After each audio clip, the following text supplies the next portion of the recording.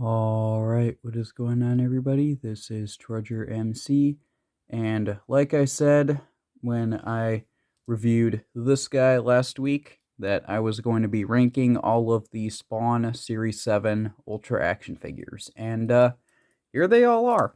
And I have to say, I think they look good. Being all together like this definitely gives you a full picture of what Series 7 was all about. So, I'm going to be giving my personal ranking for these figures, like what I find as like, my least favorite and my most favorite. I'm going to be going over that, but I'm not going to say that's like this opinion is the only one that matters and what I say is the worst, what I say is the best. I'm not going to do that. Okay? I'm not like that. So, I'm very curious of what you think of these figures.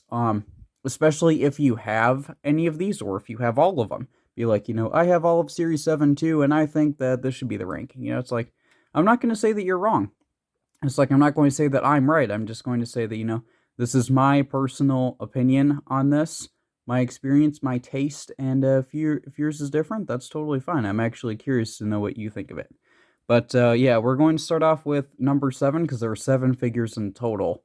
I know there are more than that lined up here, but there are 7 releases. I guess would be the more accurate term. So we're going to go with my number 7 pick, which by default is last place, but it's nothing against the figure. But here we have Scourge, and this guy is last place, but it's not because his arm broke off, okay? I know some of you might be like, oh, he's last place because he broke. No, that's not the reason.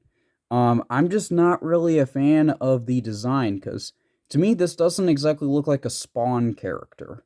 Um, I do think that the play feature is cool, where he has a little guy that comes out of his rib cage. I think that that's kind of interesting, but yeah, it's like I'm not really a big fan of the design. I get that it's supposed to be like a Flebiac, like a bone Flebiac, but I think it would have been better if they had created a figure of an already existing Flebiac character, because I already had Vertebreaker in Series 3, and that was an original character, so why couldn't they have had, like Vindicator or Vaporizer or Vacillator? Because you already had Vandalizer in Series 5, so it's like, why didn't you make any of those guys instead of coming up with your own character named Scourge, who has a completely different name and let's face it, kind of a different style to him as well. So just not really a fan of this guy. I don't really get it. I personally would have had this spot filled in by somebody else, but nevertheless, this is the last place pick. So there you go. That is Scourge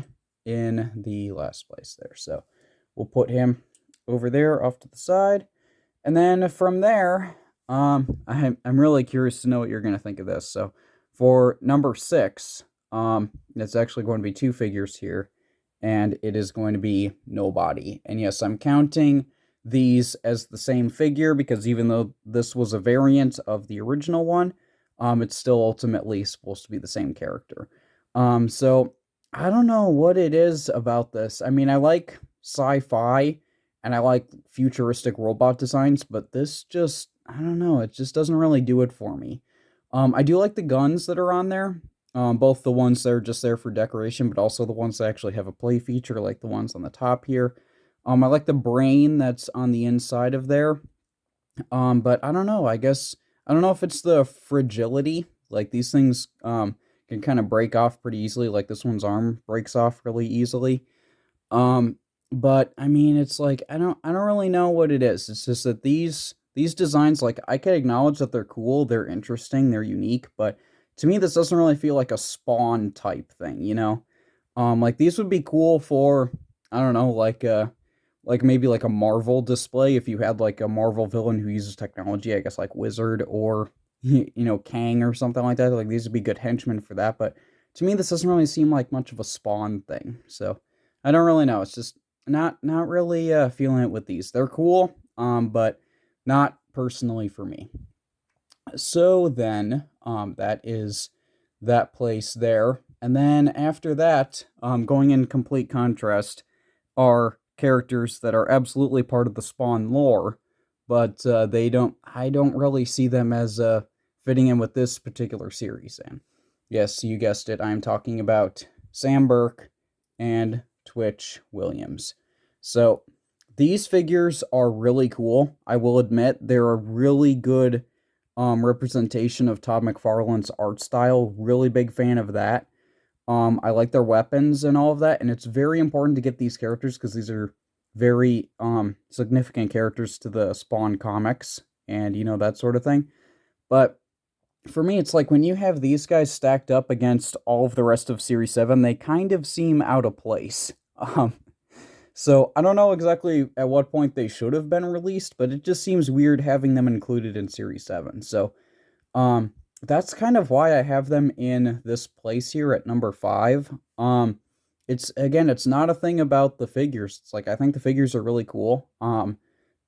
Well, I mean, to be fair, I do think they're a little small and their articulation isn't really the best, but then again, you're getting both of them. So I don't really know. It's like I'm kind of conflicted here. It's like none of these figures, I don't think any of these figures are bad or anything like that. It's just that I personally, can't really see them going that much higher because, it's like these guys don't really fit in, I don't think. But yeah, so that's my take. They're really cool. It's just that I personally think they kind of seem out of place with these other characters here. So maybe that's just me. I want to know what you think. I mean, I do think the Salmon Twitch figures are cool. It's just that I don't really see them in a place with this series here.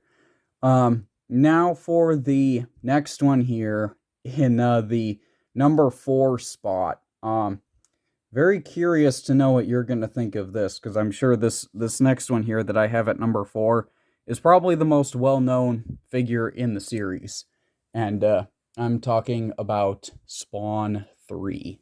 So yes, this guy is my number 4 pick for all of these figures, and he's cool, don't get me wrong, he looks really cool, I like all the detail, I feel like this figure is a really good representation of the Greg Capullo Spawn, which is really cool. I do like the Greg Capullo Spawn, I like all the details with the spikes and the colors and all of that. Now, of course, you can't talk about Spawn 3 without mentioning the play feature. There we go. Play feature, there we go. So, yeah, it doesn't really work the best now, but I'm sure it worked a lot better back in 1997. But, yeah, so, I mean, the play feature's cool. He has a lot of shelf presence, especially when you have the wings up like that. Well, it's technically a cape, but you get the idea. He definitely looks cool. I like him a lot. It's just that, it's like, I like the other figures more. It's not a knock against this character. So he does look cool. Don't get me wrong, if this guy's your number 1 pick, I totally understand why.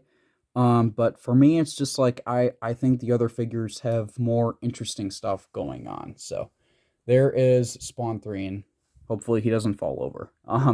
So there we go. That's my number 4 pick. And then my number 3 pick. This one might be surprising to you, but it's actually the most recent figure that I have looked at, provided stuff doesn't fall over. Oh my goodness, stuff is falling over. I knew that was going to happen. But, yeah, so the next one that we're looking at for my number 3 pick is actually the Mangler. And I think this guy is a lot of fun. When I got this guy out of the box, I was expecting it's like, okay, he's going to be, like, kind of interesting. But then I felt like all the texture, it's like, oh my goodness, there's a lot of texture going on. And then, like, the face, I got a close-up look at the face. And I'm like, oh my goodness, look at the glowing eyes. And, well, they're not actually glowing, but it looks like they would be. And then, like, the mouth, like, you have a lot of posability with the mouth, and you can give him, like, different looks. And even though his articulation isn't the best, he looks like he's, like, looming over you all the time. And he looks really cool. I feel like this definitely fits the Todd McFarlane art style and, like, his inspiration of, like, horror and, like, horror comics and that kind of thing. It's like, I feel like this really emulates that. And even though this isn't a character from the comics, I could totally picture this guy showing up in the comics and then just, doing stuff and knocking everybody over and terrifying them all. And, yeah, so that's why the Mangler is my number 3 pick. And I'm going to move him over here just so that he can stand up. Because I will admit I have had a hard time of him falling over. So, speaking of falling over, let's, see if we can prop these guys back up here, something like that. But yeah, so that is the top two. So we're down to the top two now. Um, and if y'all have been paying attention, the top two figures that I have yet to cover are Zombie Spawn, this guy right here, who is, you know what, we'll just have him take a nap for now. Because he is actually not my number two pick. My number two pick is actually the other guy that was taking a nap. So this is Crutch. Oh my goodness. Now Twitch is taking a nap. You know, he can take a nap. His part's done. So this is Crutch. This is my number two pick. And that might be controversial because it's like, who in the world is this character? Well, he is the Spawn villain to end all Spawn villains. If you have seen my review of him, you would know what I'm talking about. But I just think this guy's design is really interesting. It has a lot going on. And he also has a really interesting play feature with this. You wouldn't really imagine that this has a play feature, but it does. And then he has two massive weapons. He can hold one and he can have the other one on his back. He has a rat on his side there. I didn't actually know when I reviewed this guy. I didn't know where the rat went. So if you're curious, he goes up here. But yeah, and then there's also like all the tattoos and just like the worn out, colors and clothes and all of that. And I feel like this guy actually does fit as a Spawn villain just because of the fact that, if you've read the early Spawn comics, you know that this guy kind of hangs out with like homeless people and, like poor people and all of that. So like this guy feels like he would come out of that, but he would be like the bad guy out of them. So maybe somebody who grew up in Rat City but then thought that Spawn was a threat, so he would attack him and that kind of thing. So I feel like this guy works really well for the Spawn narrative. And yeah, it's like he has such an interesting design. And also there's his bio that talks about him being the villain to end all villains. So there you go. That's why Crutch is number two. But there has to be a number one pick, and the number one pick is Zombie Spawn. And I'm sure that if you saw my review for this guy, then you probably assumed that he would be number one. Just because of, basically when I reviewed this guy, I was like, oh my goodness, he's so cool, look at all of this. So, yeah, I am still a massive fan of this guy. His weapons are phenomenal. They're so much fun. It feels like, whatever weapon you have him holding or equipped, it gives him a completely different look. He has so much detail of him being like this rotting corpse. He has like a little bit of soft goods, and normally I don't like soft goods, but I feel like with this it works because it feels more tattered and worn. He's got so much detail going on, and I've already reviewed this guy, so if y'all want to know like everything with this guy, then check that out. But yeah, so that's where I stand with this guy. This guy is my number one pick for Spawn Series 7. So this guy is so much fun here. And yeah, it's like I'm a really big fan of him. So this guy is my number one for this series here. So I want to know what y'all think. Do you agree with my list? Do you agree with like every single pick, or would you change it up a little bit?